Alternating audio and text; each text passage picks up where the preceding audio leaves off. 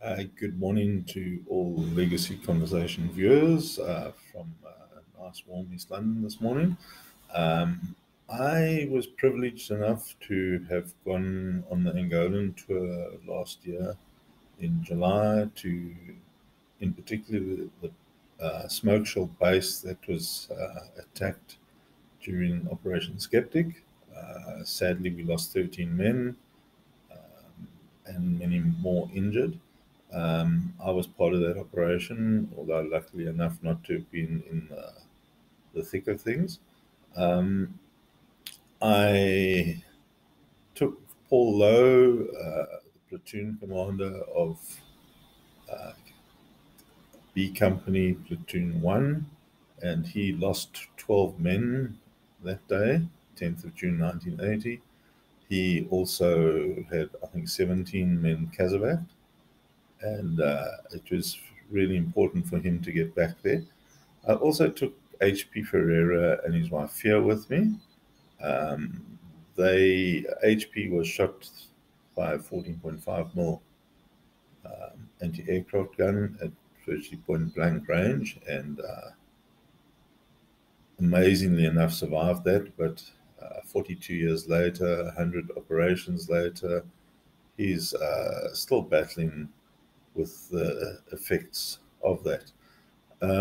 So I'm going to try and put a few highlights together, and then the 10th of July, the day after we arrived, we had a memorial service led by Nicole Dixon, who's busy doing her PhD on the border war with this particular emphasis on smoke shell. I'm going to record. I've got a full recording of that full memorial service, which will be part of this video. So I suppose the official start of the tour was Tuesday, the 5th of July in Windhoek. We were invited to a function held by the Moths, the Windhoek Moths, and I'll post some recordings of that. A very wonderful evening. I think there were about 35 of us that were going on the tour, and we were all hosted there.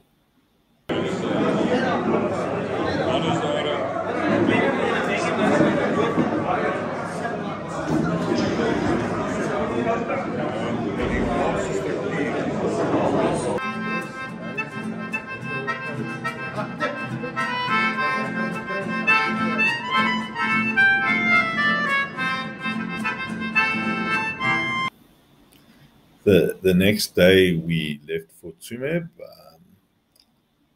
I think despite the excitement of going back to Angola, Tsumeb brought to me the most memorable event. H.P. Ferreira, as I said, was traveling with me, and H.P. was in hospital at 1 mil from 1980 to I think 1983 as a result of his injuries. In 1981, a German farmer, Reinhard Frederick, stood on a landmine and landed up in 1 mil with HP. They became very good friends and last saw each other in 1982. Then, very excitingly, we managed to make contact with Reinhard, and we met up with him together with General Dippenaar, who was our commanding officer as Commandant Dippenaar on that operation.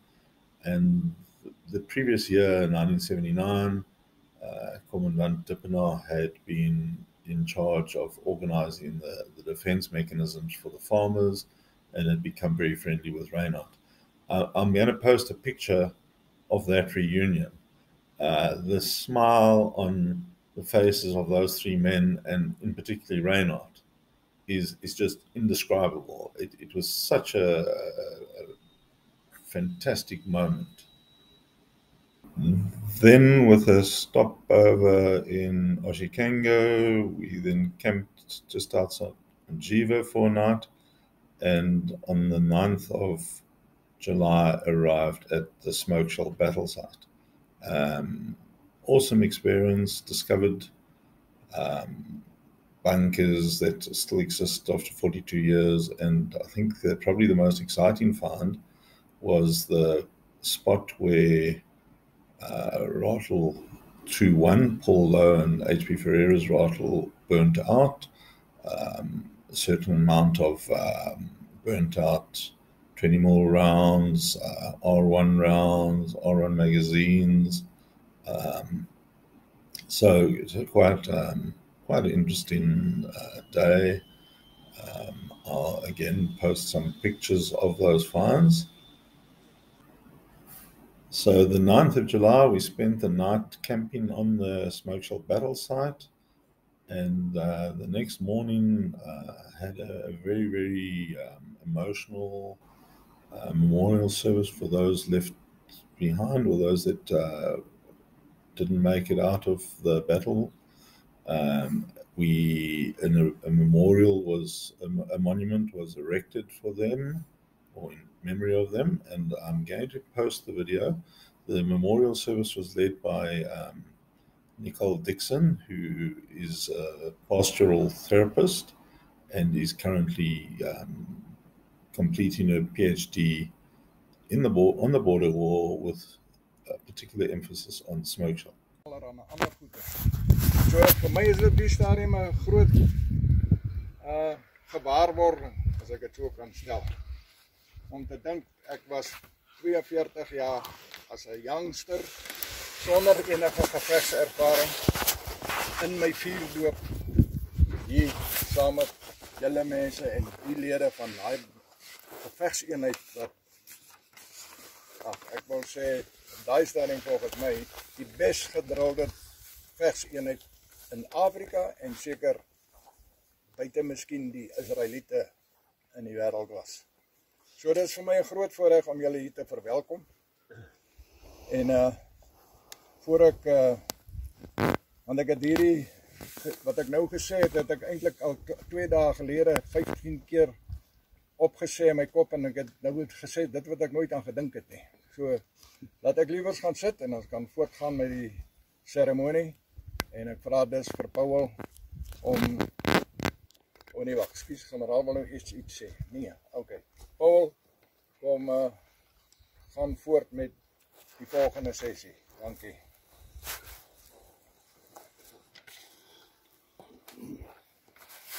Môre julle. Kom maar, as ek my sakdoekie uitgehaal het, hy was al klaar nat vanoggend, weet jy. Wat oom Paul gesê het is waar. Ons het hier opgedaag, rou. Ons het gedink ons is onoorwonne. Niks kan ons seer maak en ons het seer gekry. Maar ek wil sê, en dit wat hier staan van ek wil altyd ook 'n bietjie meer sê, en wat ek eintlik wil sê is ek dink ek is baie bevoorreg om hier te staan vandag. Saam met HP en saam met die ander sessieners wat saam met ons hier was, en Paul en Loppies. Ek dink dit was 'n groot geleentheid vir ons almal en dit was 'n hartseer, trotse oomblik in al ons lewens gewees. Maar op 10 Junie 1980 het 6MG bataljongroep met 1160 man 'n aanval geloods op 'n SWAPO terroriste basis. En ek het met die munisipale bestuurder van Nehone gepraat. Sy sê, mens spreek dit nie uit Sifufo aan. Dit is Sikuka. By Sikuka. 160 km noord van die Swa-Angola grens. Die basis het bestaan uit 'n hoofkwartier en 12 komplekse versprei. Ons het al gesê, dit was verspreid gewees van noord-suid omtrent tussen 14 en 15 km en oos-wes tussen 2 en 3 km. So dit was 'n wyd uiteenlopende stelsel gewees. Ek wil nou graag hê, daai dag het daar 13 van ons makkers is daai dag gedood. En ek gaan nou vra dat die name uitgelees word en ek gaan vra dat die volgende persone dan voortgaan en elkeen 'n kans kry om iemand uit te lees. Ek vra vir Gerard om vir ons te lees die eerste een.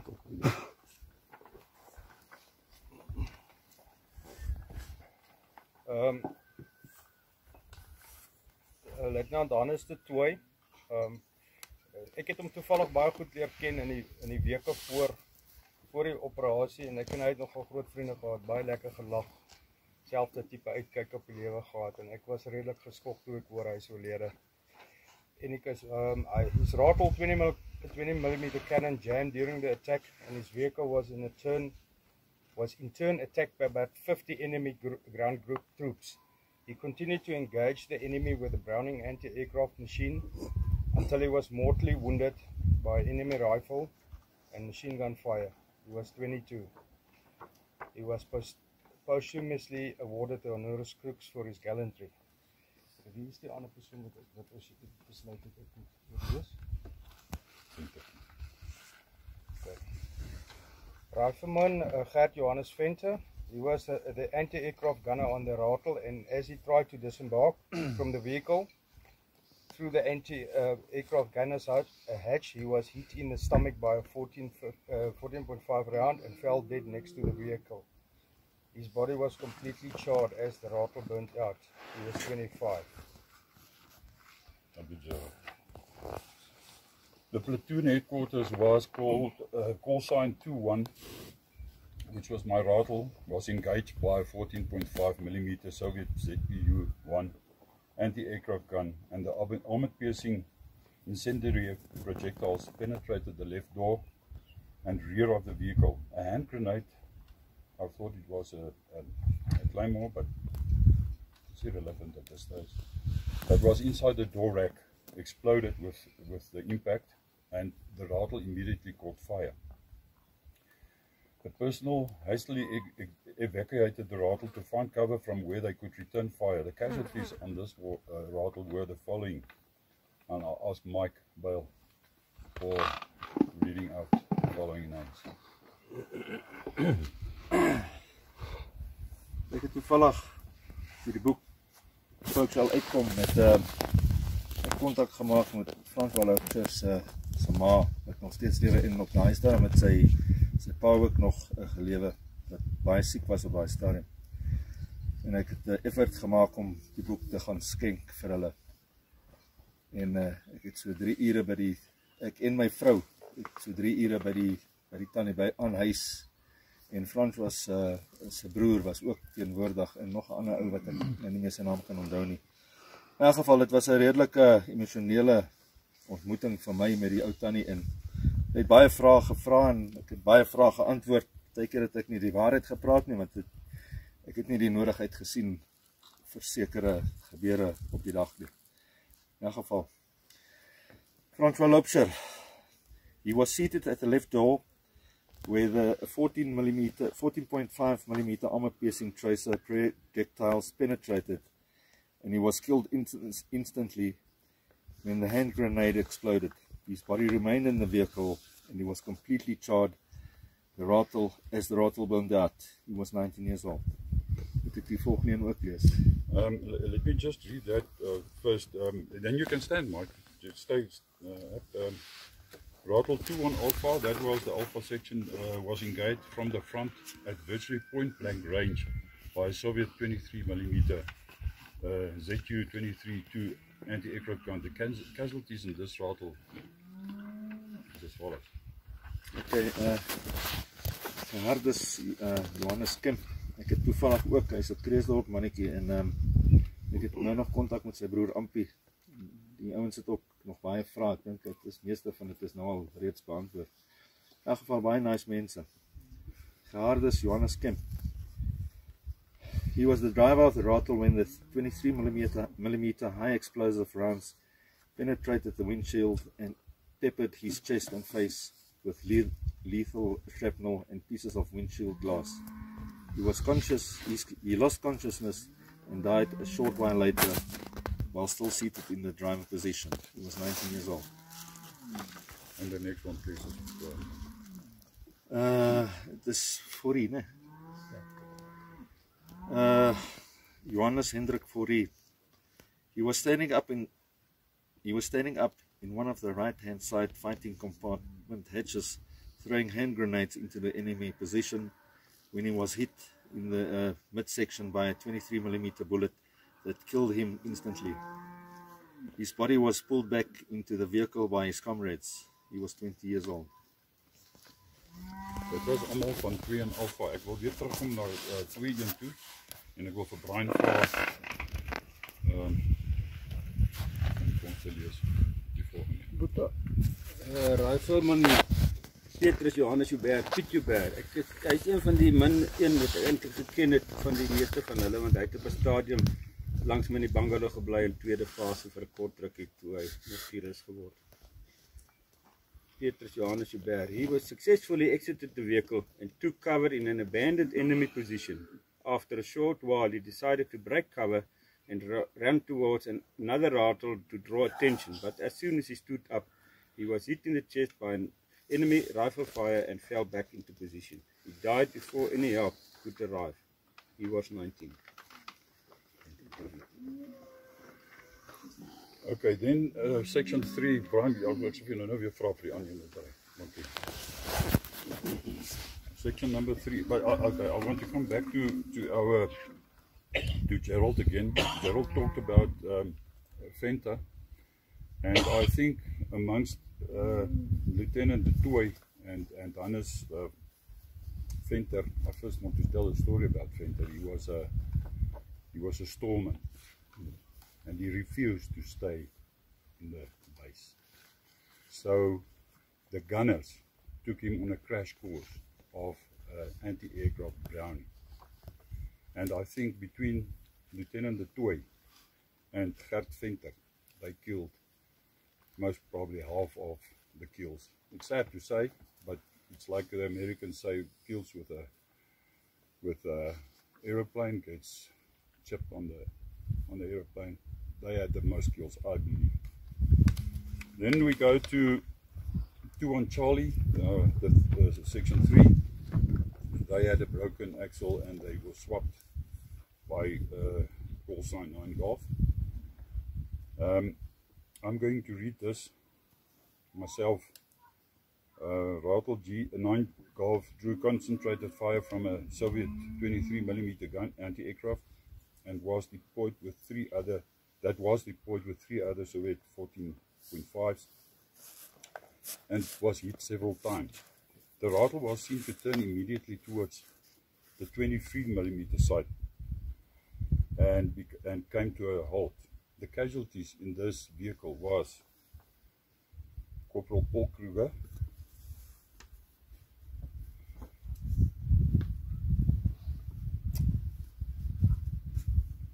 he was the rattle commander. He was killed instantly in the turret after being struck numerous times by the 23mm cannon. Andre, will you do the honors of doing the next slide?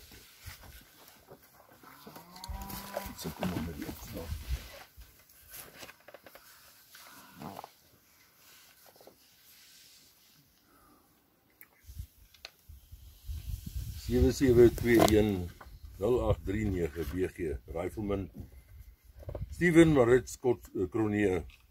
He crawled out from the driver's position to the left rear door where he was struck in the back by a 14.5mm round that killed him instantly. He was 19.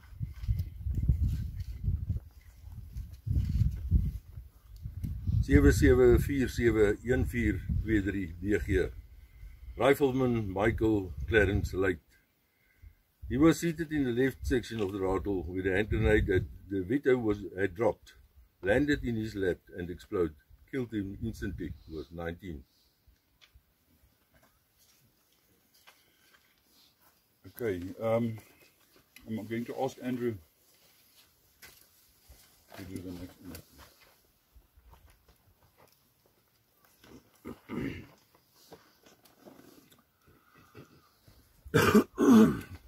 Yeah, I'm just going to When I arrived at one site for basics, I was assigned to bungalow 176. And as you walked in on the left-hand side, the first bed was Paul Kruger, became Corporal Paul Kruger. The next bed was myself. The next bed was Steve Cronje. We then had a set of twins that left shortly after that, and then a guy, Kim de Villiers, who joined the Navy, and then Frank Lela. So in those first 7 beds, 3 of the guys were actually killed in this operation. So I'm going to start with Frank Lela, Rifleman Francis John Lela. I've made contact with his family as well. He was killed instantly after suffering multiple shrapnel wounds to the face and chest when DeVito's hand grenade exploded just as he was exiting the vehicle. He was 19. Then Rifleman Roberto, we knew him as Rob DeVito. He was standing up in the left side hatch, throwing hand grenades into the enemy trench positions when he was hit by a full burst of 14.5mm anti-aircraft cannon fire that severed him in half, killing him instantly. Unfortunately, the M26 hand grenade he was about to throw fell from his lifeless hand through the hatch and exploded inside the rifle. He was 19. Rifleman Michael Clarence, we did that, right? No, we did that, sorry. No, that's fine. Rifleman Andrew John Madden. Andrew was in second phase with me. We were in the same bungalow in second phase. He was critically wounded in the neck and back by shrapnel from DeVito's exploding grenade. He received expert medical attention in the field and was evacuated, but died of his wounds 5 hours later at 8 p.m. that evening. He was also 19. Okay, and then I'm going to ask Brian to read the last one out. Pip Warren. Did you already read? No, we didn't. Pip Warren. 774121 4121 53 BG. Rifleman Peter William Warner, also known as Pip. He tried to jump out of the vehicle via the gunner's hatch, but his right leg was blown off above the knee by a 23mm high explosive projectile. Despite expert medical treatment being administered in the field, he died of wounds. Approximately 3.5 hours later, while being evacuated, he was 90. I helped to evacuate him, and it was not nice. Thank you, Frank. Ek gaan nou vir Henny Ferreira vra om vir ons net so ietsie te sê oor die dag se gebeure. Henny, enigiets. Ek gaan net eers 'n stukkie lees. Ek wil hê Henny moet langs my kom staan. Vandag onthou ons en bring ons hulde aan Henny. Die vandag saam met sy vrou Via hier op die Kimberley. Henny is tydens die geveg baie ernstig gewond. Maar sy grootste stryd toets van sy moed en deursettingsvermoë het egter die lang jare van pyn en lyding daarna gevolg.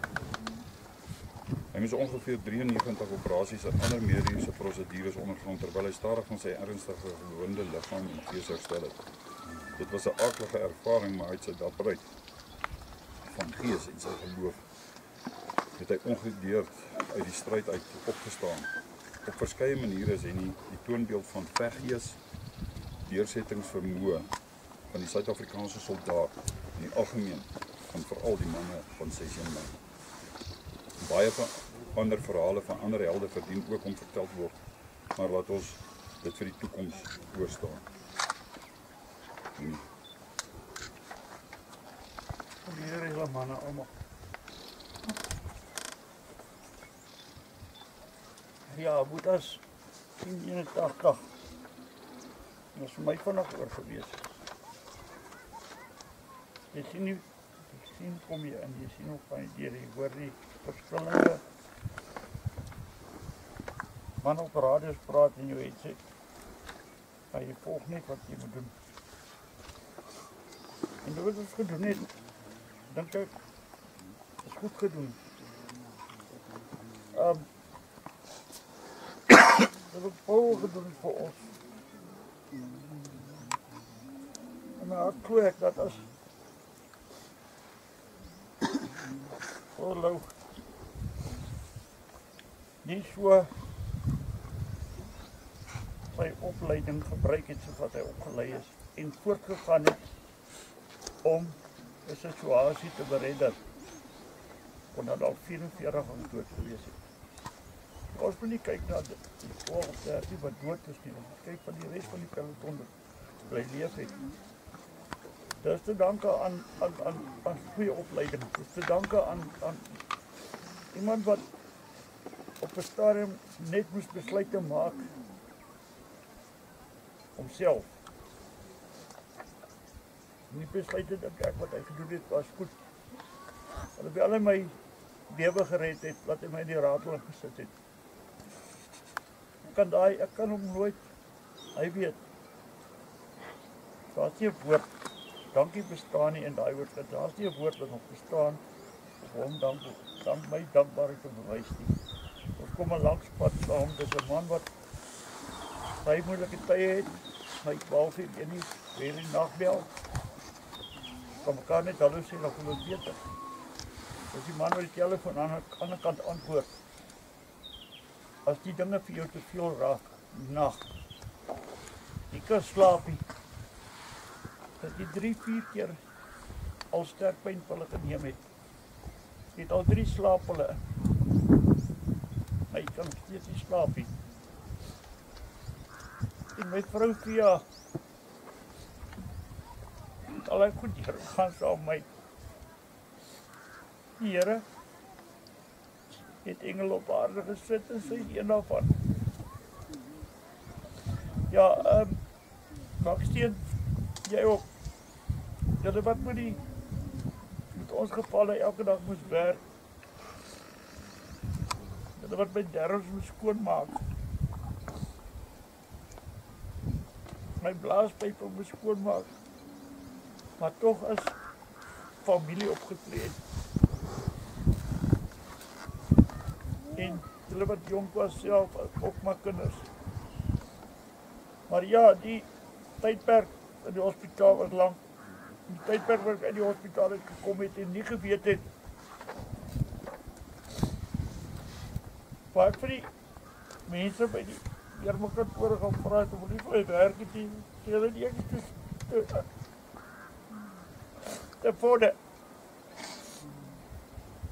En ek was myself van 'n punt af op werk, want ek kon nie my ambag gaan doen iets wat ek wou doen nie. Ek moes self opwerk, ek moes vir myself sorg, ek moes self huis gekoop het. Ek het nagte deur gewerk, dat ons net kon eet. Ek het via, want ons het die huis afbetaal. Die kaste gaan in sit by mense, dat ek 3-4 uur oggend klaar kry, 6 uur as ek by op site, dan gaan ek aan. Maar dank sê die Here, dat ek vandag op hierdie site staan. Ek kan vandag my makkers wat dood is groet. Ek kan vandag sê, die mense wat het gereel het hierdie, julle is groot manne. Kan nie my dank oor julle beteken, want het te veel gedoen vir my om my hier te kry. Andrew Whittaker, waar is jy? Kom eens vir my boeta.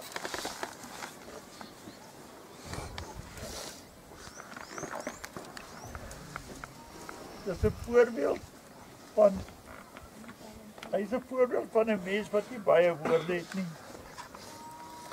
Andrew is 'n voorbeeld, hy en sy vrou albei, hulle gee net liefde, help mense geweldig baie. And Andrew, you also angel self. Really, my friend, I appreciate you.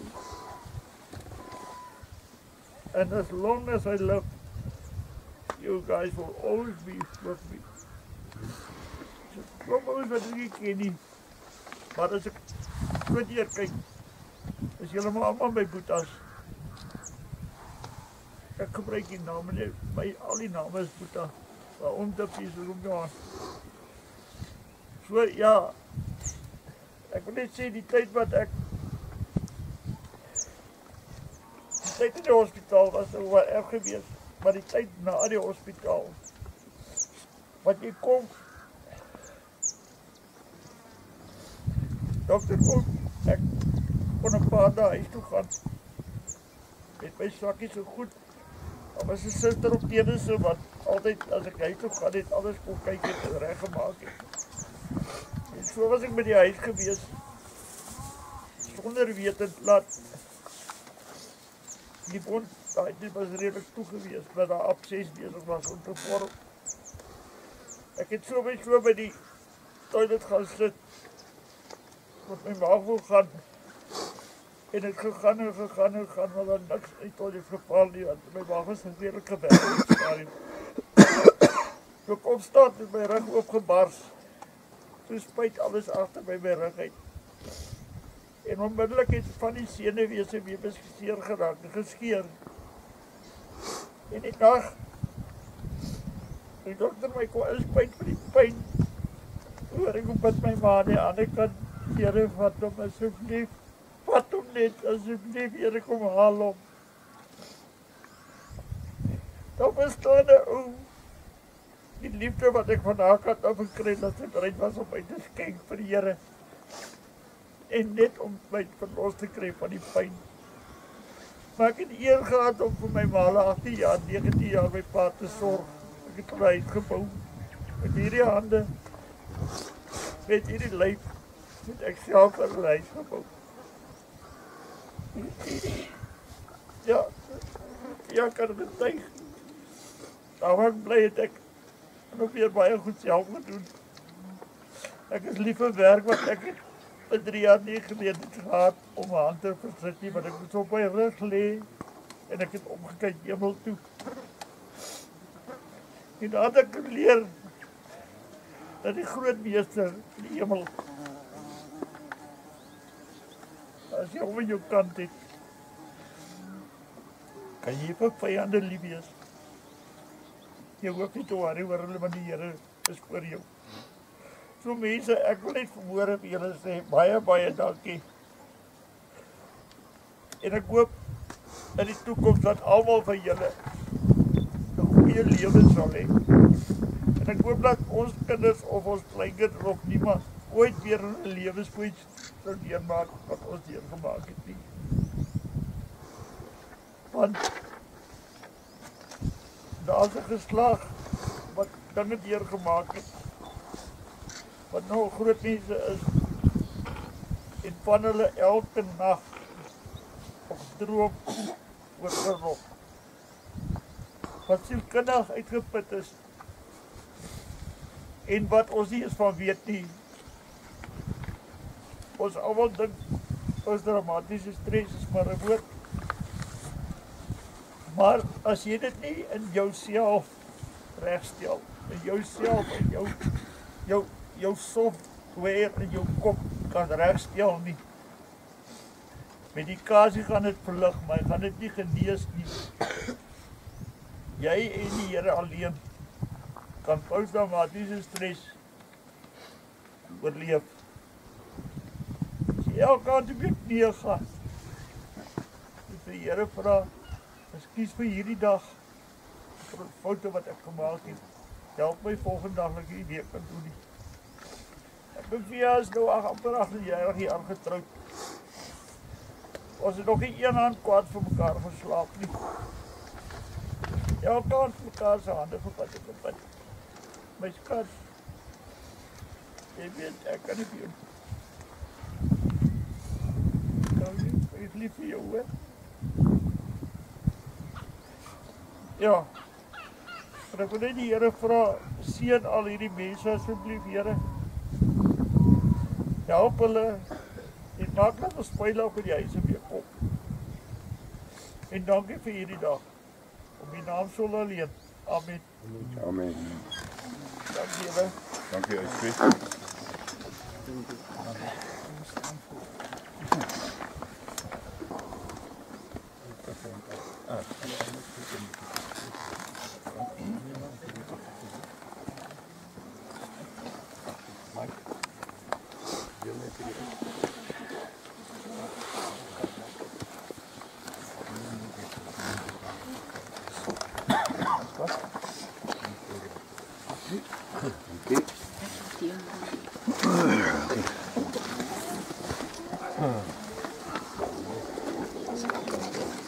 Okay, ek gaan voort om te sê ratels het ook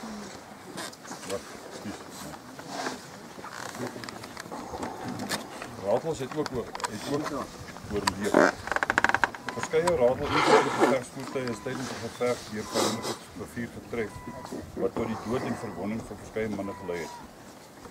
Wonderbaarlik is slegs een ratel 2-1 totaal verwoes en afgeskryf. Jenny Ferreira was ratel 2-1 se drywer en het daarin geslaag om die aanvanklike verwoesting vry te spring, maar is erg geraak geskiet toe hy vanaf die ratel probeer weghardloop het. Die ander beskadigde ratels, amper asof hulle Henny se voorbeeld daarna gevolg het, is later herwin, herstel en weer in diens geplaas. Onder hulle is die bekende silwerratel op sy 2-1 Alpha, wat vir jaar of wat daar naby 36 basis in Obambeland gestaan het, en 9 Golfer op sy 2-1 Charlie. Albei hierdie ratels was teen vroeg in 1993 reeds in diens en mag selfs vandag nog in diens wees. Ek gaan nou vra dat ons voortgaan met die gedenkdiens en dan vra ek vir die Dixon.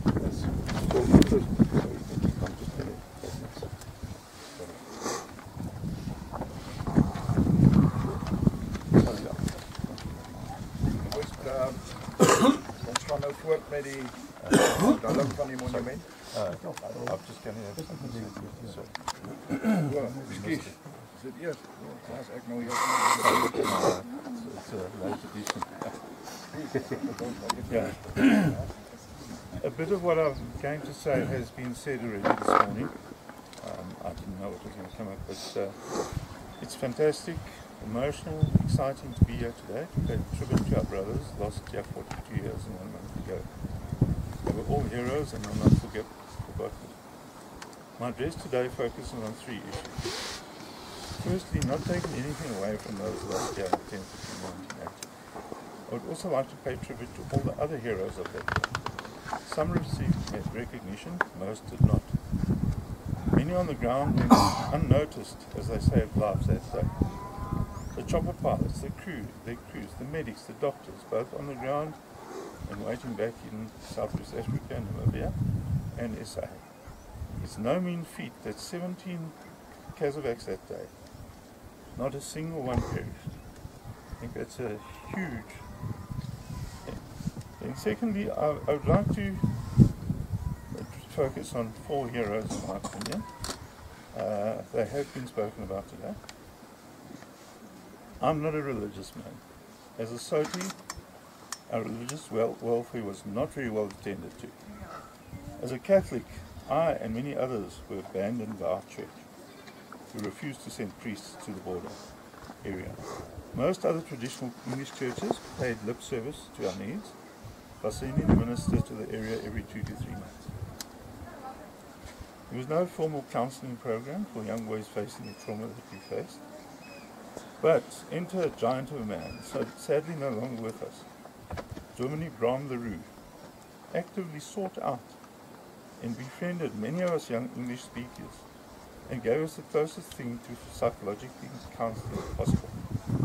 He was with us on that day and went on to achieve great things working amongst the San people in the Khansi district in Botswana. He sadly passed away in 2009, but I believe his wife Philomene continues with his life's work. It was a privilege to call him a friend and a brother. The next hero is here today and has been spoken about for quite a few times, and I had the privilege of bringing him here. HP, you make me realize that without a doubt someone up there is looking after us, and that faith, without a doubt, does result in miracles. I visited HP at his home on the 7th of May this year. He was not in a good place. Operations not going as planned, always in pain. To put it bluntly, he was not in a good way at all. But as with always with HP, his faith that God would look after him shone through. On my return to Karib, I went straight to Jobstein and I said, there's no ways HP would be able to go to join us on this trip. But one of the miracles that featured so strongly in HP's life occurred. His absolute faith and determination to be here with us had an unbelievable effect, an improvement in his health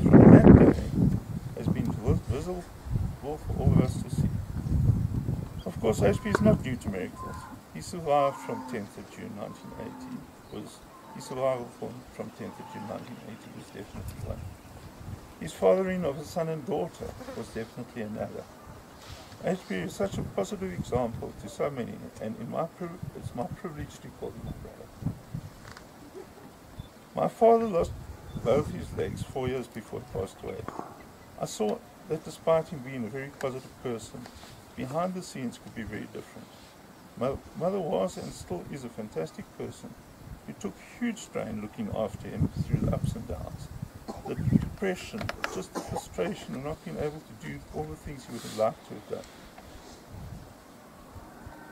Fear, I've only got to know you fairly recently. You've endured 40 odd years of HP's ups and downs. Depression, frustration, disappointment. On top of that, you nursed my brother. You've been a fantastic wife and mother. I know it hasn't been easy, and in my mind, you're the bravest woman I've ever met. I suppose being married to my brother, you must sustain, but I would be proud to be able to call you sister. Paul, though, I only met Paul in Bloemfontein about 5 years ago, and then again at Fat Foster's funeral. I've got to know you a lot better travelling with you these last few days. Your platoon bore the brunt of the casualties that day, and I know that you lived with the demons that came with that. Once again, a man of great faith, which carried you through.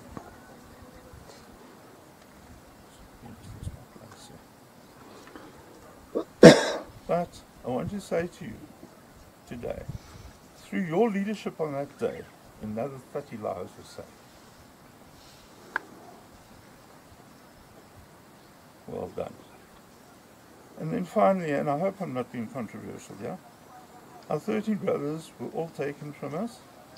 Their bodies were taken back, their families had some closure with funerals and knowledge of what had happened to them, to their sons, their brothers.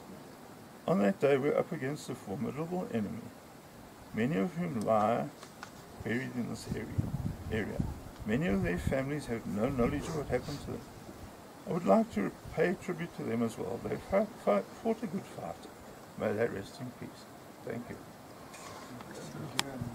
What a deep privilege it is to be here with you all this morning.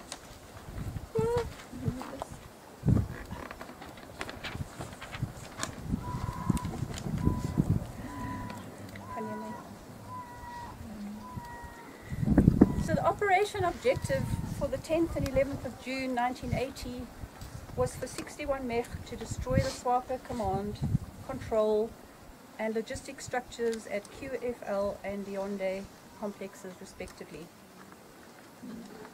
The operation objective for the 10th of June 2020 was to come back to honour the 40th anniversary of that day, the 10th.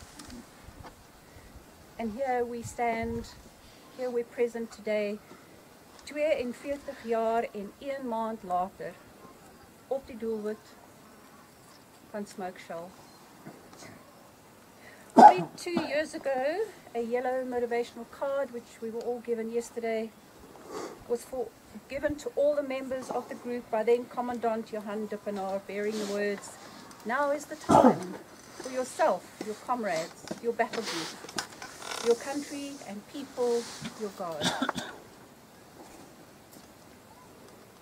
42 years ago, a generation of military men held deeply patriotic convictions, motivated by the words of die stem as the day started. Ons sal antwoord op jou roepstem. Ons sal offer wat jy vra. Ons sal lewe, ons sal sterwe. Ons vir jou Suid-Afrika. At thy call we will not falter. Firm and steadfast we shall stand. At thy will to live or perish, O South Africa, our land. Vandaag hou ons met hartseer en dankbaarheid die 13 soldate wie se lewens op hierdie eenste plek weggeneem is. Today we stand as the rememberers. I love that word. Here we are as the rememberers the people left behind, to keep those who are gone from us alive in heart and in memory. We are the people left to cherish and preserve their legacy. We are the rememberers, and to our last breaths, we will always be. We also honor with thanksgiving the lives of all those who fought at this place and who lived to bear witness. Some are standing here today, sitting here today, and some are remembering us from their homes, wishing they could have been here too. Let's answer a call to remembering.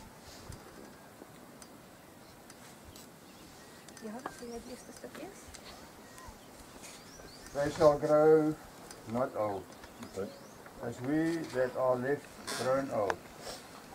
Age shall not weary them, nor the years condemn. We will remember them. We will remember them. The going down of the sun and in the morning, we will remember them. Can we start a 2-minute silence, please?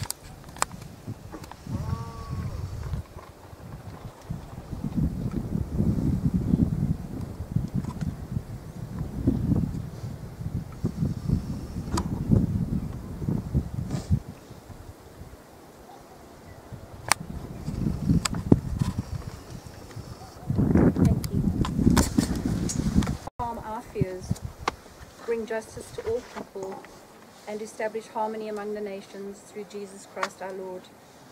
Amen. Amen. Kom ons luister net gou na die woord van God. Ek lees uit Romeine 8. Daar staan immers geskrywe: dit is oor U dat die dood ons dag vir ons dag bedreig. Dat ons soos slaagskape behandel word. Maar in al hierdie dinge is ons meer as oorwinners deur Hom wat vir ons liefhet. Hiervan is ek oortuig.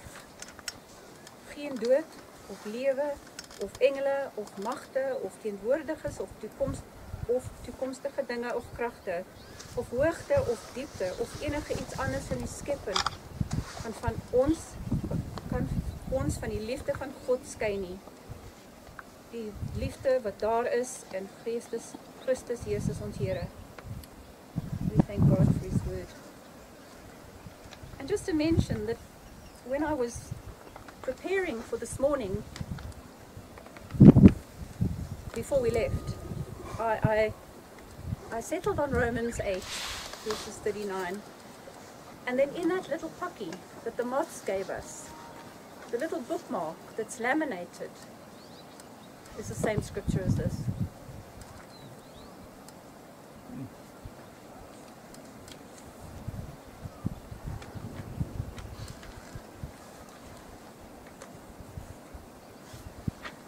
wonder if we can stand together and in our own language, if we can say the Our Father. So some might be speaking in English and some in Afrikaans. So kom ons sê, Onze Vader, the Our Father.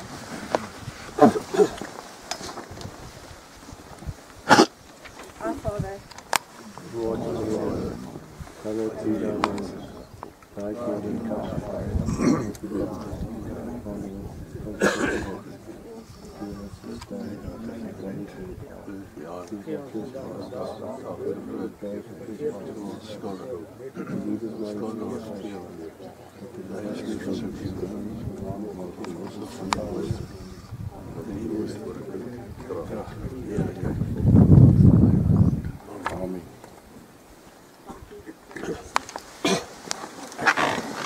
When you go home, call them of us and say, for your tomorrow, we gave our today.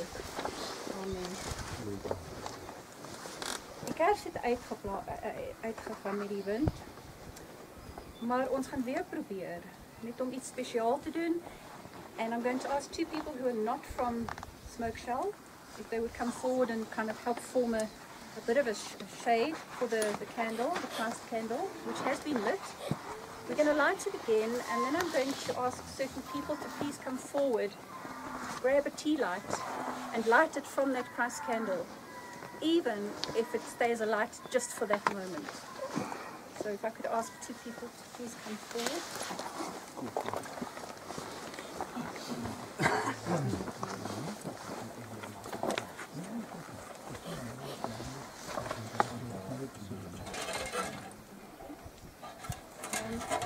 Somebody take the matches, please. Lighter, please.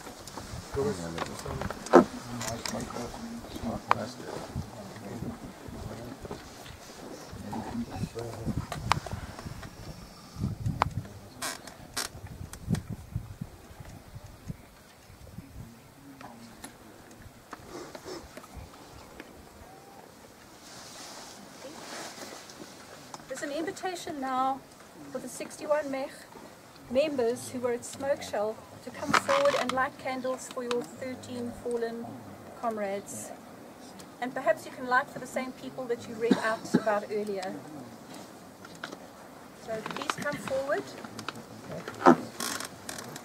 Grab candles for those people that you read out about.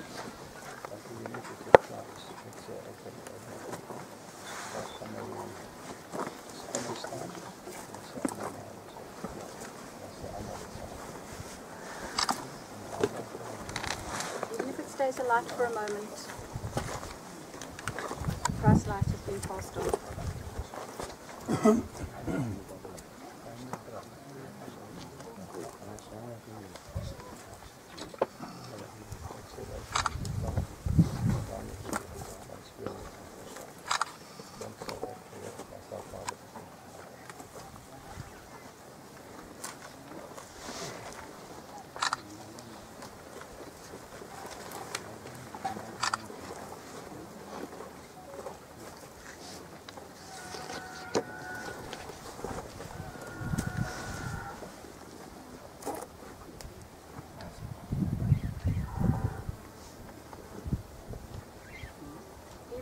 Just for a moment.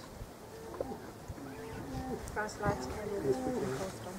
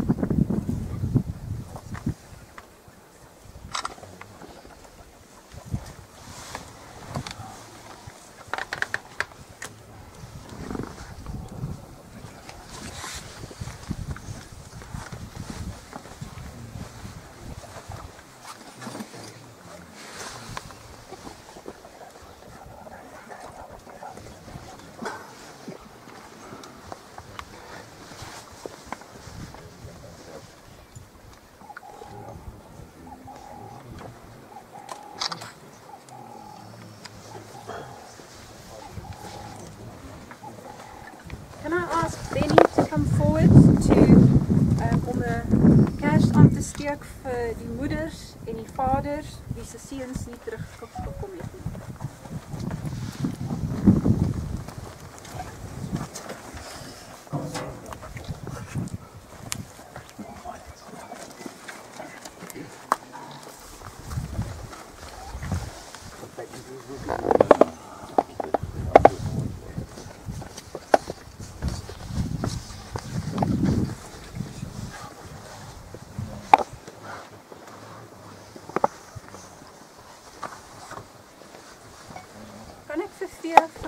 Om asseblief 'n kers aan te steek vir die families van die soldate wie nooit tuis gekom het nie of wie teruggekom het vir altyd verander.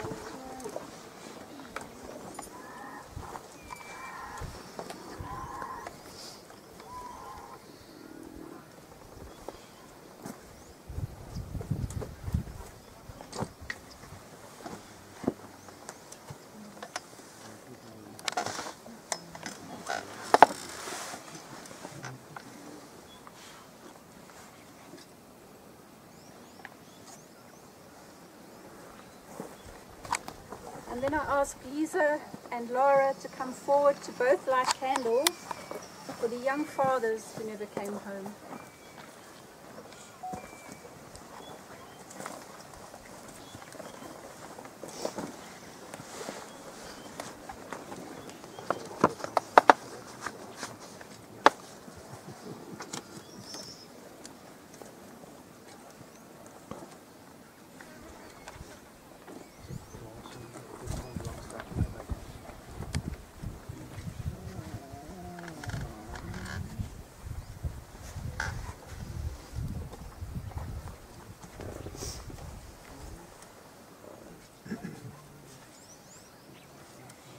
Thank you very much.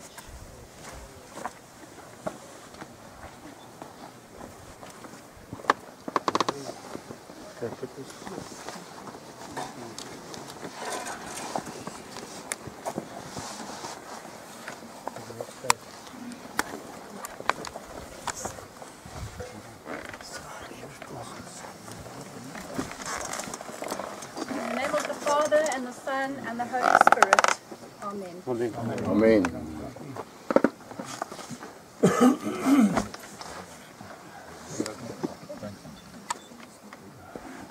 Ons gaan nou voort met die onthulling van die monument. Hierdie monument is ter nagedagtenis aan die 13 helde wat op hierdie terrein op 10 Junie 1980 gesneuwel het. Ons onthou en vereer egter ook almal wat in hierdie en ander gevegte oor die streek die hoogste prys betaal het. Ek wil nou graag al die 16 lede moet na vore tree soos ek al name lees en sê maar in 'n half maand so op 4 daai kant of 5 die kant stelling inneem dat ons die vlag op die bedekking kan verwyder. Generaal Dippenaar, André Besuitnout, Mike Bailey, Andrew Whittaker, HP, Caleb Ferreira, Ryan Dyson, Gerard van Rooyen, Paul Lou en ek self.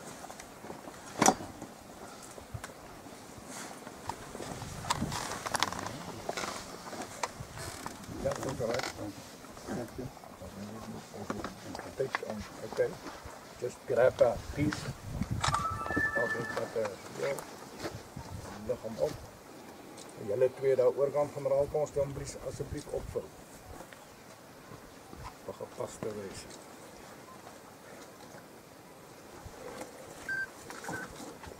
Goed, ek kan weer die sitplekke inneem. Vol net voor hulle sitplek ek net vir elkeen vir elke naam wat gesterf het, hier het ek 'n rateltjie wat ons smoksel in ons dra. Baie van ons het nou al so 'n rateltjie. Wat 'n kravel hier wat ons hier op die monument, ek het smoksel kom saamgebring, maar ons sal dit net nou Dit sal 'n bietjie later plak. Okay. Dan het ek gaan net vir elkeen een keer. Dan kan ons net eers doop neersit. Dat nagedagtenis van ons vriende. Ek sê dit net.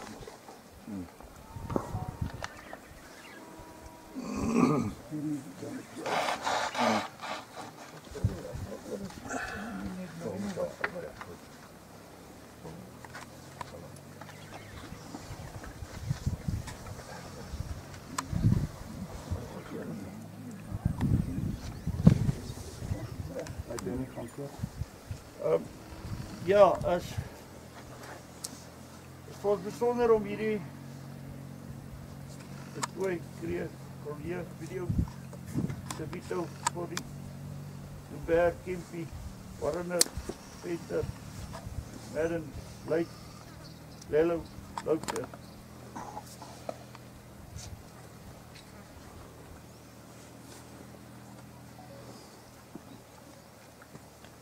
Je wil niet vergeten die boetas van jullie vrede, rust. Je wil nooit vergeten. Jullie familie is in ons harte. Waar ons kan we betrekken. Ons kan aan die foto's wijzen dat jullie wel begraven is. Op terrein en bij die huis. Zit we hier.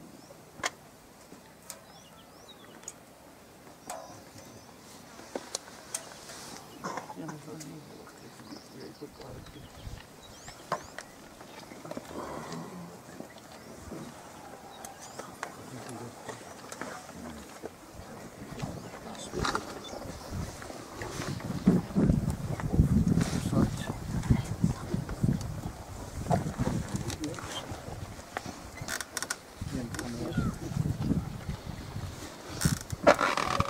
Kan ik iets noemen dat dit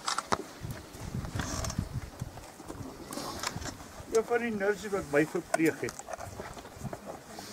Een van my sissies wat ek baie gehad in die hospitaal. Ons het families gehad daar. Al my besittings wat ek in my lewe gehad het, was in die hospitaal by my. Die bietjie wat ek gehad het. 3 jaar is 'n lang tyd. Maar toch kan het ook zo kort wees. 42 jaar later is voorbij. Hoeveel 3 is daar?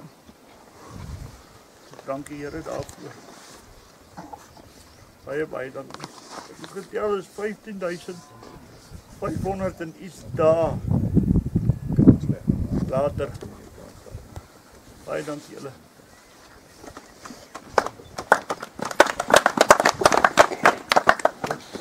Ek word baie dankie. HP, dit is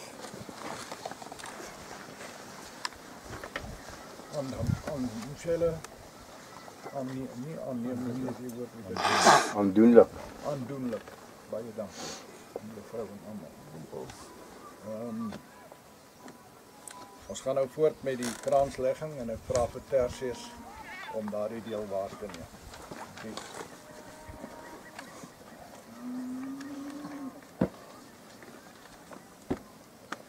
My pastor verruil vir 'n bloemboks. Daar gaan nog 5 items aangebied word. Ons gaan nou eers die saluut doen vir die laaste tattoo.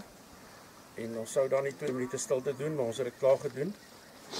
Die 2 minute stilte se simboliek is die eerste minuut is vir die wat nie teruggekom het nie. En die tweede minuut is vir die wat teruggekom het wat lewe is. En daarna dan doen ons die oggendsignaal. En wanneer ons die laaste tattoo doen, dan almal staan met pette op en salueer. Dan met die oggendsignaal weer pette op en salueer. Kom maar staan.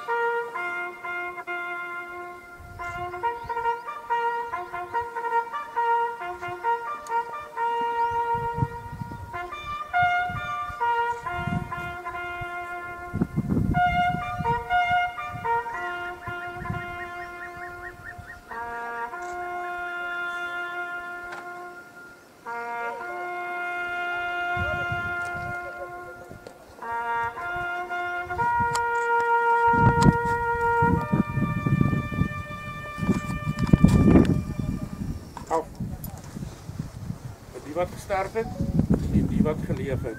Nou die oggend speel.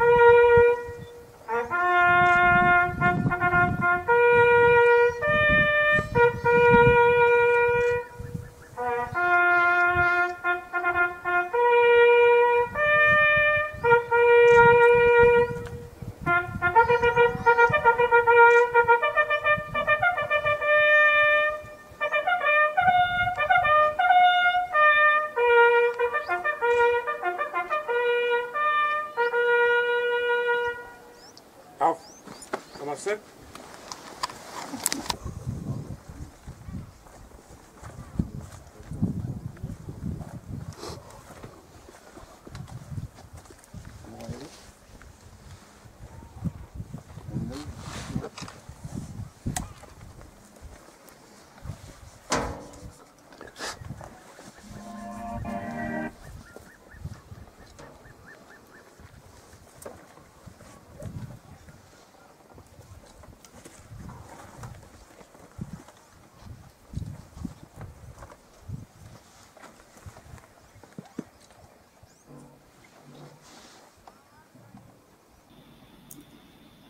Yeah, at the end of the memorial service at Smoke Shoal, our vehicle went back to Namibia and home. The rest of the tour group continued to other battle sites for about a further 10 days. In due course, I'll try and get footage from those memorial services held at the various battle sites as well. I think it also just needs to be pointed out what a wonderful job 6-1 Mechanized Veterans Association have done in organizing these tours. There's a huge amount of behind-the-scenes work, liaising with authorities in Angola, Namibia, etc. And the EXCO, under the leadership of Johan Boysen, have done a tremendous job. And then also a special thanks to Jaap Steyn, who's part of that EXCO and is in charge of projects. And he was our tour leader. He did the whole tour. Thank you. I hope you enjoyed. Just to end off the video, I'm going to place the bank details and the Back of Buddy link on the screen. This is a 6-1 fundraising initiative to firstly assist HP with medical expenses to try and get him healed after 42 years, and secondly to assist any 6-1 veterans in need. Thank you, and chat later. Cheers.